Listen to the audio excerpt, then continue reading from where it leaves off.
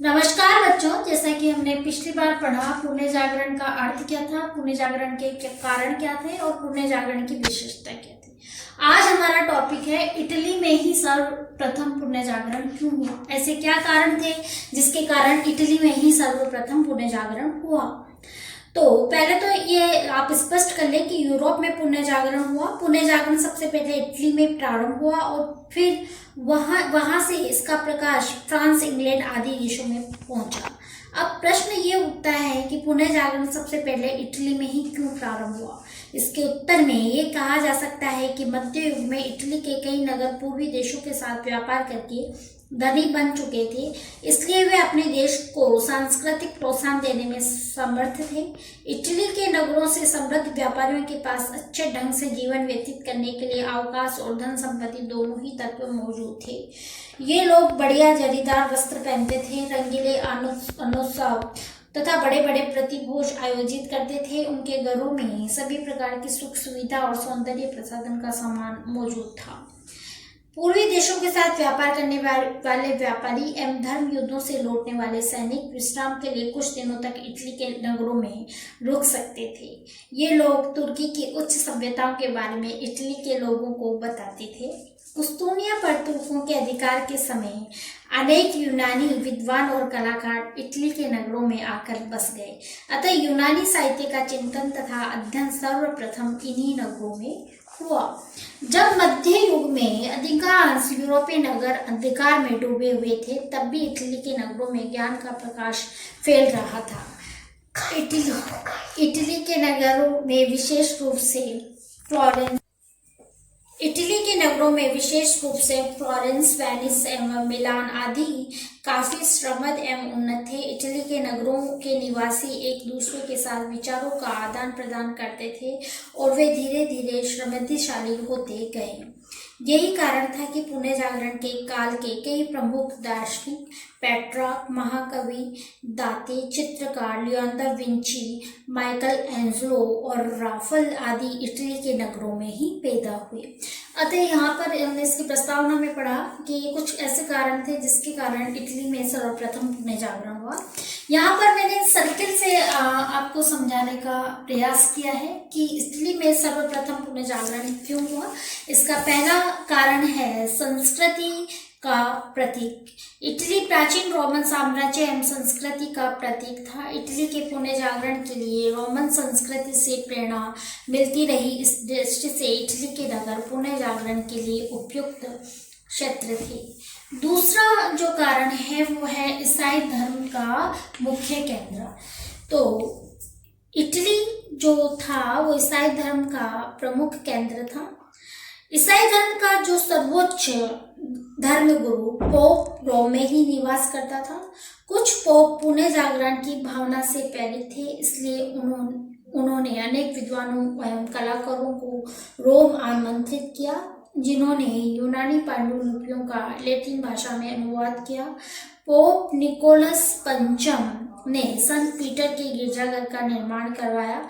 उसने Vatican pope के निवास स्थान, वेटिकन यहाँ मैं आपको स्पष्ट कर दूं, जो वेटिकन है उसे उसका जो पर्टिकुलर नाम है या जो उसे जाना जाता है, वेटिकन किस नाम से जाना जाता है, पोप के निवास स्थान को क्या कहा गया है, वेटिकन सिटी या वेटिकन महल कहा गया है। उसके पुस्तकालय की स्थापना भी इसी में है। पोप के इन कार्यों का प्रभाव इटली के अन्य नगरों पर पड़ा। उस समय वेनिस, फ्लोरेंस और मिलान के नगरों में बड़े बड़े विश्वविद्यालयों की स्थापना हुई, जिससे लोगों में ज्ञान विज्ञान के प्रति रुचि बढ़ी। तीसरा जो कारण था वो था कि इटली की भौगोलिक स्थिति, तो जिससे वहां सबसे पहले पुण्य जागरण प्रारंभ होने में सहयोग दिया। यूरोप के अन्य देशों की अपेक्षा इटली का यूनानी साम्राज्य एवं संस्कृति से कई शताब्दियों से संपर्क चला आ रहा था। नवीन जल मार्गों की खोज से पूर्व भूमध्य सागर और पूर्वी और पश्चिमी देशों में व्यापार का केंद्र था, अतः भूमध्य सागर पर इटली का अधिकार था, जिसके कारण भी इटली में सर्वप्रथम पुण्य जागरण हुआ।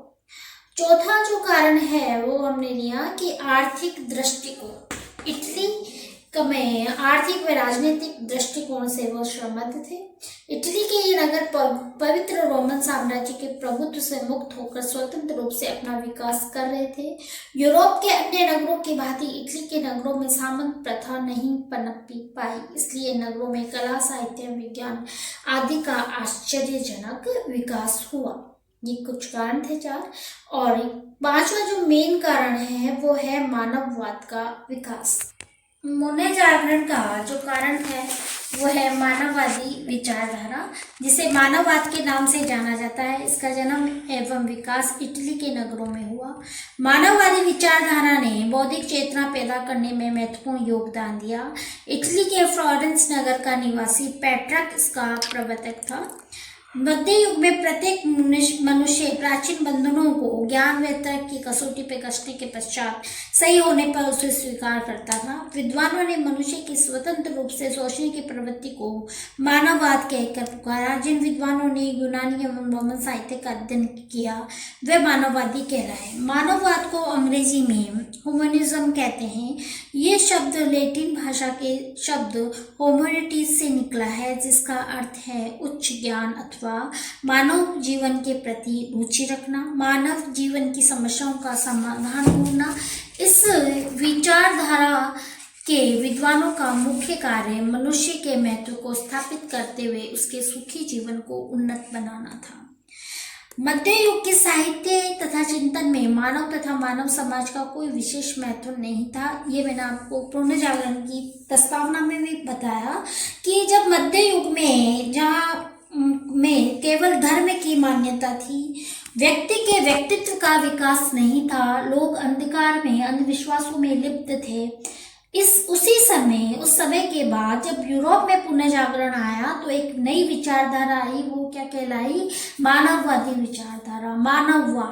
मानववाद का जो शाब्दिक अर्थ है कि मानव के बारे में सोचना, मानव के जीवन के बारे में रुचि रखना। मध्य युग के साहित्य में मानव का कोई विशेष स्थान नहीं है समाज में। वहाँ क्या है? धर्म में लिप्त है। वो जो मानव है वो किस में लिप्त है? धर्म में। उसको ऐसा लगता है कि ये मैंने सही नहीं करूँगा तो मुझे मोक्ष की प्राप्ति नहीं होगी। वो अपने बारे में नहीं सोच रहा है, वो इस जीवन के बारे में नहीं सोच रहा है, वो सोच किसके रहा है? परलोक के बारे में। और इसका जो मानववादी जो मानव है वो किसके बारे में सोच रहा है? अपने बारे में सोच रहा है। इस विचारधारा वाले लोग ये कहते हैं कि जो है इसी जीवन में है, परलोक जैसी कोई चीज नहीं है। हमें अपने जीवन को आनंदमय जीवन व्यतीत करना है। धर्म की ओट में अंधविश्वासों और रूढ़ियों का मध्य युग में जबरदस्त प्रभाव छाया हुआ था। उस समय मनुष्य का मुख्य लक्ष्य इहलोक के स्थान पर परलोक को सुधारना था। इसलिए मनुष्य का अधिकांश समय धार्मिक ग्रंथों का अध्ययन करने में व्यतीत करते थे। इस उद्देश्य को प्राप्त करने के लिए उस समय लोग हर संभव प्रयास करते थे। स्वतंत्र रूप से चिंतन करने पर धार्मिक प्रतिबंध थे। यदि कोई मनुष्य परंपरागत मान्यताओं का उल्लंघन करता था तो उन्हें असत्य सिद्ध करने का प्रयास करता था। उसे धर्मद्रोही घोषित कर कठोर से कठोर सजा दी जाती थी। फिर भी कई विद्वानों ने अपनी जिज्ञासा को शांत करने के लिए प्राचीन यूनानी तथा रोमन साहित्य का सहारा लिया। ऐसे लोग मानववादी के नाम से पुकारे जाने लगे।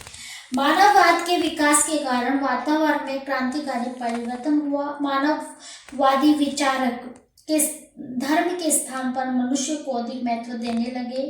परिणाम स्वरूप देवी देवताओं की स्तुतियों तथा इहलोक संबंधी उद्देश्यों का स्थान पर मानव जीवन से संबंधित समस्याओं पर रचनाएं रची जाने लगी। मानववादियों का मानना था कि मनुष्य को चाहिए कि वह परलोक की चिंता छोड़कर इस लोक को ही स्वर्ग समान बनाने का प्रयास करे। देवी देवताओं के स्थान पर रोगियों, निधन आदि की सेवा में जुट जाए और बिना किसी भेदभाव के प्रत्येक मनुष्य को उन्नति के लिए अवसर दे। प्रत्येक मनुष्य अपनी इच्छा अनुसार किसी भी धर्म की स्वस्ति पर उपासना करे और राष्ट्र के प्रति निष्ठावान बने रहे। पठन पाठन का विषय भी धर्म न होकर मनुष्य तथा संसार होना चाहिए। मानववादी विचारधारा का मुख्य प्रवर्तक पेट्रार्क माना जाता है। उसका जन्म इटली के फ्लोरेंस नामक नगर में 1304 में हुआ था। वह एक महान कवि, साहित्यकार तथा कानून शास्त्री था। उसने अपनी अधिकांश कविताएं धर्म निरपेक्षता पर लिखी और परलोक के सुख के स्थान पर इस लोक को सुख पर व्यतीत करने पर अधिक जोर दिया। उसने अपने देशवासियों में प्राचीन यूनानी तथा रोमन साहित्य के अध्ययन के प्रति रुचि जागृत की।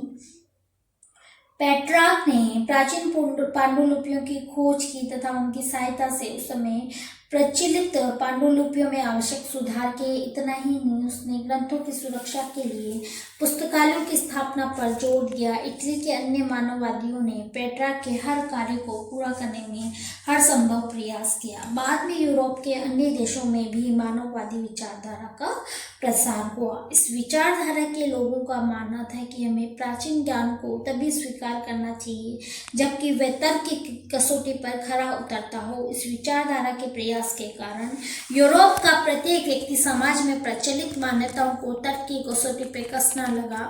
परिणाम स्वरूप अनेक निराधार बातों का पता चला। इस विचारधारा के प्रसार से दो लाभ हुए।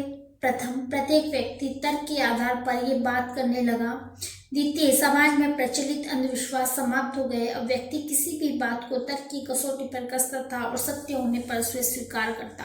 बाद में मानववादियों ने यूरोप के सभी देशों में इस विचारधारा का प्रसार किया। तो यहाँ पर आपने पढ़ा कि मानववादी विचारधारा इसकी एक महत्वपूर्ण विशेषता भी रही है, उसमें भी पढ़ाया। तो मानववादी यानी मानव के बारे में सोचना जहाँ धर्म का कोई स्थान नहीं है। ये लोक है परलोक नहीं है। पुनर्जागरण का जो विकास और प्रभाव है वो आपका नेक्स्ट टॉपिक है।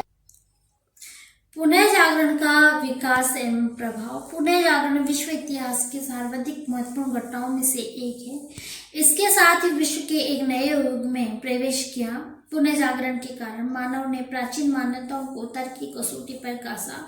उसमें से जो बातें कसौटी पर खरी उतरी उन्हें स्वीकार कर ले गया, जो गलत सिद्ध हुई उन्हें तिलांजलि दे दी। इस वैचारिक क्रांति के कारण नवीन विचारों की खोज प्रारंभ हुई। पुनर्जागरण सर्वप्रथम इटली के नगरों में प्रारंभ हुआ। इसके पश्चात समस्त यूरोप में इसका प्रसार हुआ। पुनर्जागरण न केवल साहित्य, कला, विज्ञान अपितु मानव जीवन के प्रत्येक क्षेत्र को इसने प्रभावित किया। परिणाम स्वरूप जनजीवन के प्रत्येक क्षेत्र में नवीनता दृष्टिगोचर होने लगी। पुनर्जागरण के कारण जिन क्षेत्रों में नवीनताएं उत्पन्न हुई उसको मैंने संक्षिप्त में लिया है। जैसा कि पहला है साहित्य के क्षेत्र में पुनर्जागरण। किसके क्षेत्र में? तो साहित्य के क्षेत्र में पुनर्जागरण। तो उसमें हम देखते हैं कि पुनर्जागरण से विद्वान पूर्व लैटिन तथा यूनानी भाषाओं में अपनी कृतियां रचते थे। साहित्य में बोलचाल की भाषा का प्रयोग करना असभ्य मानते थे, परंतु पुनर्जागरण के पश्चात बोलचाल की भाषा में साहित्य सर्जन किया गया। बाइबल का सभी भाषाओं में अनुवाद किया गया। इस समय लैटिन भाषा से इटालियन, फ्रेंच, स्पेनिश, पुर्तगाली, जर्मन, अंग्रेजी, डच, स्वीडिश आदि बोलचाल की भाषाएं विकसित हुई। परिणाम स्वरूप इन देशों के साहित्य का तीव्र गति से विकास हुआ। पुनर्जागरण काल से पूर्व साहित्य का मुख्य विषय धर्म था। धार्मिक विषयों पर ही साहित्य की रचना की जाती थी, परंतु पुनर्जागरण काल का साहित्य तर्क और दर्शन पर आधारित था। इसमें मानव जीवन से संबंधित विषयों पर विवेचन किया गया। छापे खाने के प्रयोग के कारण पुनर्जागरण अपनी सफलता की सर्वोच्च शिखर पर पहुंच गया। साहित्य के क्षेत्र में पुनर्जागरण का प्रभाव समस्त यूरोप पर पड़ा। ठीक है, तो साहित्य के क्षेत्र में पुनर्जागरण, पहले जो पुनर्जागरण से पूर्व का जो साहित्य था वो बोलचाल की भाषा में नहीं था, जिसके कारण जनसाधारण तक साहित्य की पहुंच नहीं थी। लेकिन जैसे ही पुनर्जागरण हुआ तो साहित्य किसमें लिखा गया? बोलचाल की भाषा में, तो जनसाधारण तक उसकी पहुंच हो गई। अब हम लेते हैं यहाँ पर इटली का साहित्य। पुणे जागरण के कारण मानव के विचारों में आश्चर्यजनक परिवर्तन हुआ, जिसके परिणाम स्वरूप वैचारिक क्रांति संभव हुई। यहाँ के विद्वानों ने प्राचीन यूनानी साहित्य को आधार बनाकर नवीन रचनाएं रची। महाकवि दांते, पेट्रार्क, गियोवनी बोccaccio, एरिस्टो एवं मैकियावेली आदि विद्वानों ने इटली के साहित्य में नवीनता उत्पन्न करने का प्रयास किया। महाकवि जो दांते था वो कहाँ का था? इटली का था। और इटली के साहित्य में नवीनता उत्पन्न करने का श्रेय महाकवि दांते को दिया जाता है। दांते का जन्म 1265 ईस्वी में हुआ और 1321 ईस्वी में उसकी मृत्यु हुई। वे अपने समय का श्रेष्ठ कवि था। दांते कौन था? कवि था। उसकी तुलना होमर के साथ की जाती थी, जो यूनानी भाषा और साहित्य का बहुत बड़ा विद्वान था। उसने दी डिवाइन कॉमेडी नामक महाकाव्य की रचना इटालियन भाषा में की। इस महाकाव्य को विश्व में काफी प्रसिद्धि प्राप्त हुई। दी डिवाइन कॉमेडी में मृत्यु के बाद आत्मा की नरक व स्वर्ग की काल्पनिक यात्रा का वर्णन किया गया। इसके माध्यम से उसने लोगों में मानवता, प्रेम एवं भक्ति का पाठ पढ़ाया। उसने चर्च व राज्य में बुराइयां पैदा करने वाले व्यक्तियों की कटु आलोचना की। दांते पहला व्यक्ति था जिसने बोलचाल की भाषा में साहित्य का सर्जन किया। उससे इटालियन कविता के पिता के नाम से भी पुकारा जाता है। तो बच्चों, यहाँ पे 2 प्रश्न इसमें से बनते हैं कि दांते की जो महत्वपूर्ण महाकाव्य रचना कौन था? ये दांते कौन था? तो दांते एक बहुत प्रसिद्ध कवि था जिसने दी डिवाइन कॉमेडी नामक महाकाव्य की रचना की। और दांते ही पहला व्यक्ति था जिसने बोलचाल की भाषा में साहित्य की रचना की, जिसे इटालियन कविता के पिता, फादर ऑफ इटालियन पोएट्री, ये आप याद रखेंगे कि दांते की 3 बातें आप इसमें से एक शब्द एक लाइन में आते हैं ये प्रश्न, तो इसको थोड़ा सा ध्यान से पढ़ेंगे। इटली का दूसरा प्रसिद्ध कवि एवं विद्वान पेट्रार्क था। वह मानववादी विचारधारा का मुख्य प्रवर्तक था, इसलिए उसे प्राय मानववाद का पिता, यानी जो पोइट्री में है वो कौन है? दांते। और मानववाद का जो फादर ऑफ ह्यूमैनिटी यानी मानववाद का पिता किसे कहा गया है? पेट्रार्क को कहा गया। इसमें बच्चे कंफ्यूज हो जाते हैं द डिवाइन कॉमेडी और पेट्रार्क में। तो पेट्रार्क जो था वो मानववादी विचारधारा का प्रवर्तक था। उसका जन्म इटली के फ्लोरेंस नगर 1304 में हुआ। उसके पिता दांते के घनिष्ठ मित्रों में से एक थे। पेट्रार्क ने प्राचीन यूनानी तथा रोमन ग्रंथों का अध्ययन कर एक जनसाधारण को प्रोत्साहित किया। उसने अनेक कविताओं की रचना की। उसने अपनी अधिकांश कविताओं में प्रकृति व मनुष्य के हर्ष एवं विषाद का मार्मिक ढंग से वर्णन किया। उसने यूनानी तथा लैटिन भाषा के पुराने हस्तलिखित ग्रंथों को संग्रहित किया। इससे पुस्तकालयों की स्थापना का सिलसिला प्रारंभ हुआ। थोड़े समय में यूरोप भर में अनेक पुस्तकालय स्थापित की। पेट्रार्क ने अनेक ग्रंथों का अध्ययन कर मानवीय दृष्टिकोण से बहुत सारी पुस्तक लिखी, जिनके कारण यूरोप में मानववादी विचारधारा का विकास हुआ। संक्षेप में पेट्रार्क को प्रथम आधुनिक मनुष्य और पुणे जागरण के पिता के नाम से संबोधित किया जाता है। इस चीज को आप 2 लाइन में याद करेंगे। पेट्रार्क का और दांते का अलग अलग है, तो इसको आप बहुत उससे ध्यान से पढ़ेंगे। एक नेक्स्ट है वो है गियोवनी या बोccaccio, लैटिन गद्य साहित्य का पिता। बोccaccio पेट्रार्क का शिष्य और साथी था। उसने डेकामेरॉन नामक पुस्तक लिखी।